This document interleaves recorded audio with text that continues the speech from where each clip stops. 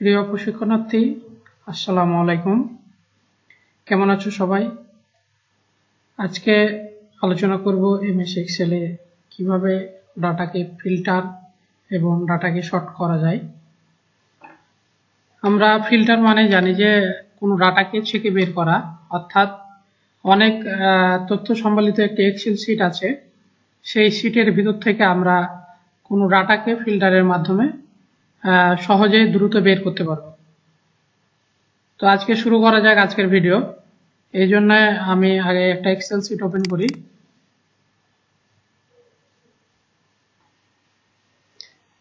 এখানে আমরা দেখতে পাচ্ছি টিচ বাংলা আইটি কোম্পানির একটি ডাটা শিট আছে। প্রথমে সিরিয়াল নাম্বার, তারপরে এমপ্লয়ের name, employee ID, product name, position, department এবং মোবাইল নাম্বার। এখানে আমাদের অনেকগুলো ডাটা ইনপুট করা আছে, 1 থেকে 20 পর্যন্ত, মানে 20 জনের ডাটা ইনপুট করা আছে এবং তাদের আইডি। আমরা এইখান থেকে যতগুলো ডাটা আছে সেই ডাটাগুলোকে ফিল্টারের মাধ্যমে খুব দ্রুত আমরা আলাদাভাবে বের করতে পারি। সাধারণত ফিল্টারটা কি আমরা একটু দেখি। ফিল্টারটা হলো দ্রুত এবং খুব সহজে ওয়ার্কশিট হতে এক জাতীয় ডাটাকে শর্ত সাপেক্ষে উপস্থাপন করার জন্য ফিল্টার ব্যবহার করা হয়। মনে করি নিচের একটি ডাটা, অর্থাৎ আমরা যে এক্সেল শিটে যে ডাটাগুলো ইনপুট করে রেখেছি, এই ডাটাগুলো আমরা এখান থেকে এবার দেখব কিভাবে ডাটাকে ফিল্টার করে বের করা যায়। আমরা একটা এক্সেল শিটে ফিল্টার দুইভাবে করতে পারি। আমরা প্রথমে হোম রিবনে যাই, হোম রিবনেই আছে। আমরা হোম রিবন থেকে ডান দিকে যদি দেখি, আমরা শর্ট অ্যান্ড ফিল্টার অ্যারোতে ক্লিক করলে এখান থেকে আমরা দেখতে পাচ্ছি যে ফিল্টার নামে অপশন আছে। এই ফিল্টারে ক্লিক করলে আমরা দেখতে পাচ্ছি যে এখানে সবগুলো আমাদের যে হেডিং আছে, হেডিং এর এই ডান কর্নারে এখানে আমাদের এখানে একটা মার্কিং ফিল্টারের চিহ্ন আমরা দেখতে পাচ্ছি, অ্যারো চিহ্ন। প্রত্যেকটা হেডারের আমরা ডান কর্নারে আমরা দেখতে পাচ্ছি যে এরকম ফিল্টারের চিহ্ন আছে। এই চিহ্নটা থাকলে আমরা বুঝতে পারবো যে এটা ডাটাকে ফিল্টার করার জন্য আমরা অ্যাপ্লাই করা হয়েছে।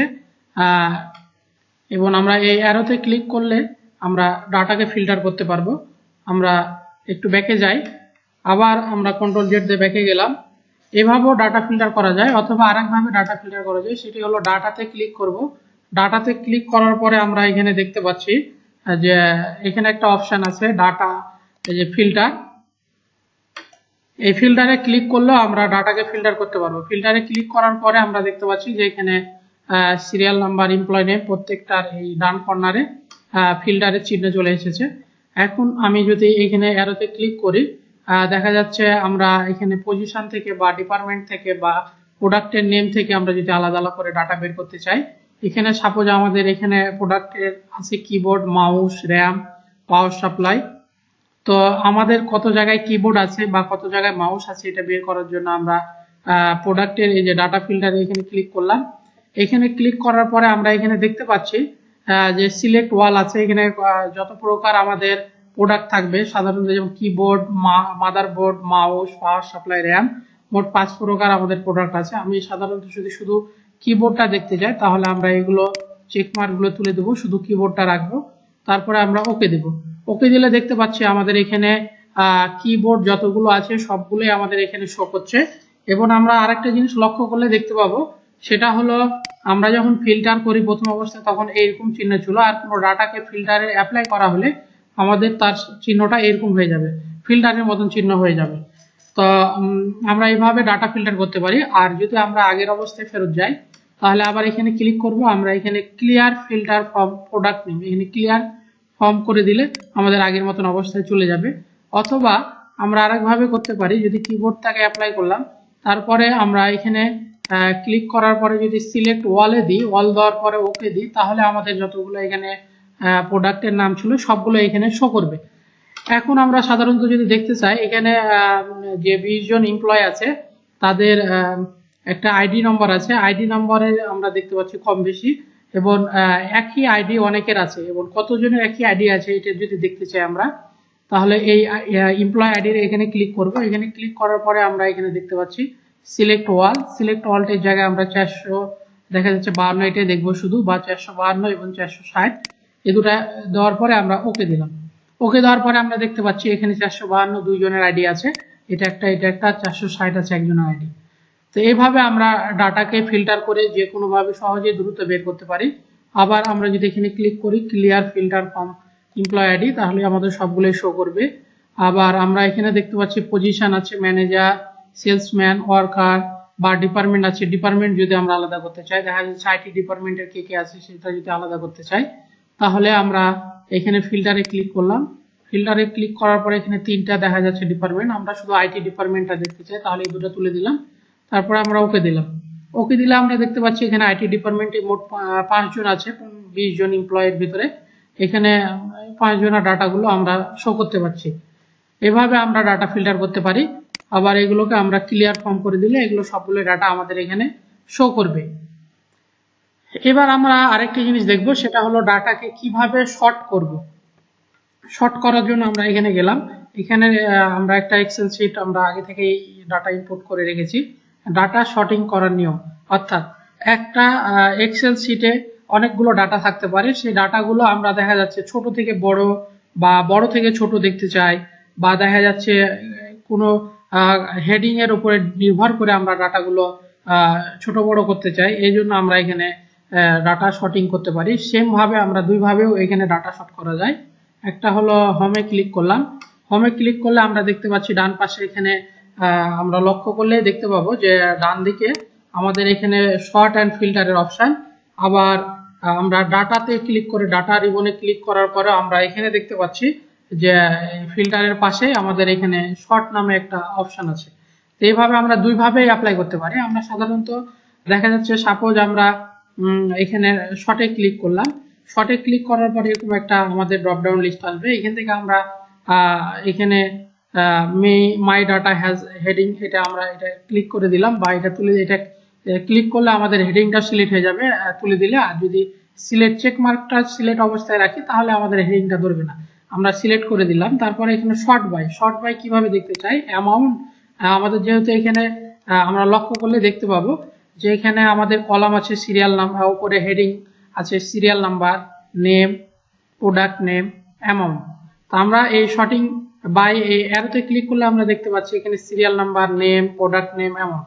আমরা সিরিয়াল নাম্বার না নাম না প্রোডাক্ট নেম না অ্যামাউন্ট কিসের উপর ভিত্তি করে আমরা ডাটাকে ছোট থেকে বড় অথবা বড় থেকে ছোট দেখতে চাই। সাপোজ আমি এখানে অ্যামাউন্টের উপর ভিত্তি করে ডাটাকে ছোট থেকে বড় দেখতে চাই। এই জন্য আমরা যেটা কাজটি করবো, এখানে অ্যামাউন্ট সিলেক্ট করে দেওয়ার পরে এখানে লার্জেস্ট টু স্মলেস্ট এখানে ক্লিক করলে স্মল টু লার্জ মানে ছোট থেকে বড় না বড় থেকে ছোট, আমরা ছোট থেকে বড় দেখতে চাই, এই জন্য এটাতে ক্লিক করলাম। ক্লিক করার পরে আমরা এখানে ওকে দিলাম।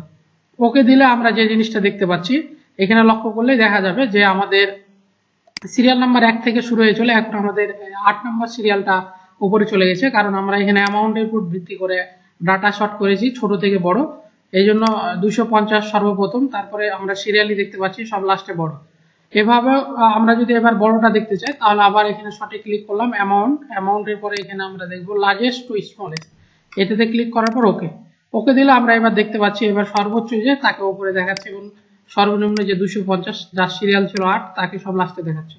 এভাবেও করা যায়। আবার আমরা যদি দেখা যাচ্ছে সরাসরি এখানে এ টু জেড এ ক্লিক করি, এ টু জেড এ ক্লিক করলেও আমরা অ্যামাউন্টের উপর ভিত্তি সিরিয়ালের উপর ভিত্তি করে আমাদের ডাটা শর্ট হয়ে গেল। আবার জেড টু এর থেকে ক্লিক করলে আমরা এখান থেকে আমরা এইভাবে ডাটাকে শর্ট করতে পারি। আর সাধারণত আমরা এইভাবে ডাটাকে শর্টে ক্লিক করার পরে এখানে যদি আমরা সিরিয়াল নাম্বার অনুযায়ী শর্ট করতে চাই তাহলে সিরিয়াল নাম্বার, এবং এখানে ক্লিক করলাম আমরা এর থেকে জেড মানে বড় থেকে আমরা দেখা যাচ্ছে ছোট বড় থেকে ছোট দেখতে চাই, তাহলে এটাতে ক্লিক করলাম।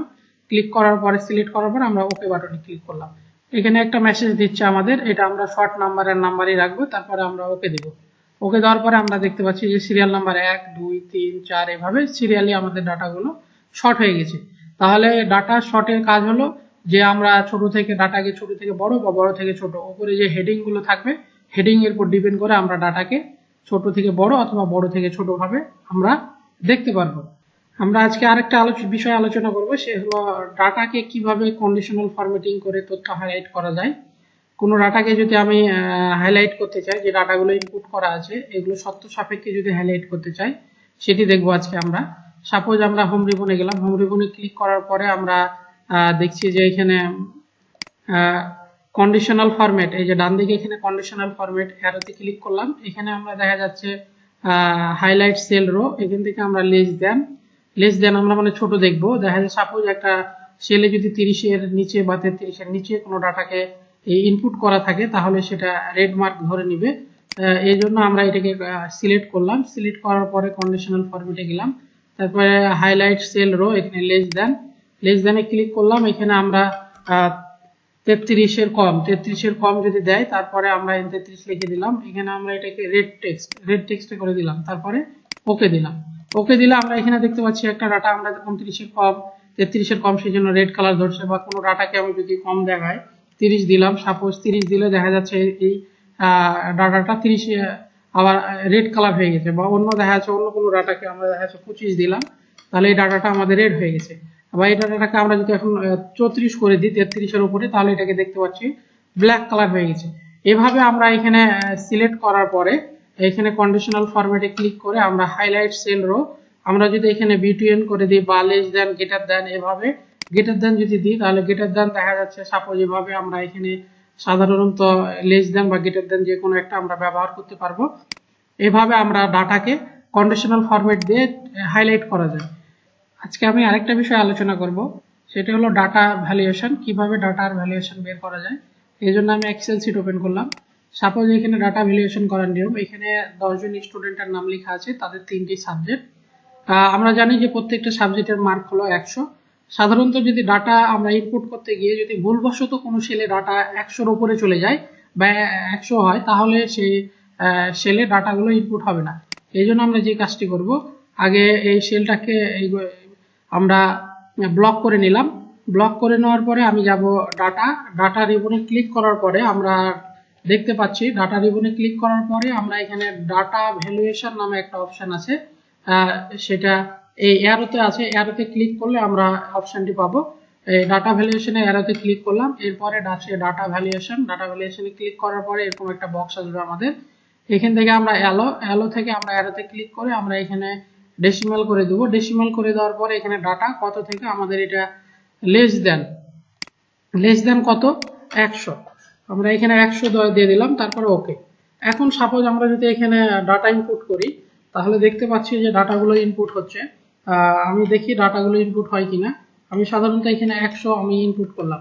100 ইনপুট করতে গেলে এখানে আমাকে মেসেজ দিচ্ছে যে the value your entry is not valid, অর্থাৎ আমি যে ওখানে লেস দেন 100 দিয়েছিলাম, যার কারণে এখানে আমি 100 যদি 99 দিই তাহলে আমাদের ডাটাগুলো ইনপুট নিবে, বাট 100 দিলে আমাকে বারবার এই মেসেজটা দিবে।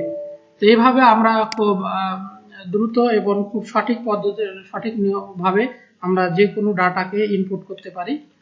আমাদের ভুল হয়ে গেল, এখানে ভুল আমাদের এখানে আইডেন্টিফাই করা খুব সহজ হয়। তো এইভাবে ডাটা ভ্যালুয়েশন করা যায়। তাহলে আজকে আমরা যেটি শিখলাম, প্রথমে শিখলাম ডাটাকে ফিল্টার করা, ফিল্টারের মাধ্যমে যে কোনো ডাটাকে বের করা যায়। তারপরে শিখলাম ডাটাকে শর্ট করা, কিভাবে বিভিন্ন ডাটাকে আমরা শর্ট করে ছোট থেকে বড় অথবা বড় থেকে ছোট বের করতে পারি। এরপরে দেখলাম কন্ডিশনাল ফরম্যাট, কিভাবে আমরা ডাটাকে কন্ডিশনাল ফরম্যাট দিয়ে রেড কালার বা হাইলাইট করা যায়। এরপরে দেখলাম ডাটা ভ্যালুয়েশন করার নিয়ম আমরা জানলাম, যে কিভাবে একটা সেলে আমরা যে ডাটা দিব, দেখা যাচ্ছে সাপোজ 100 নম্বরের বেশি ডাটা আমাদের ইনপুট হবে না, যেটি ভুলবশত যদি আমরা 100 নম্বর দিয়ে রাখি তাহলে সেটা আমাদের এখানে মেসেজ দিবে। তো সবাইকে আবারও ধন্যবাদ।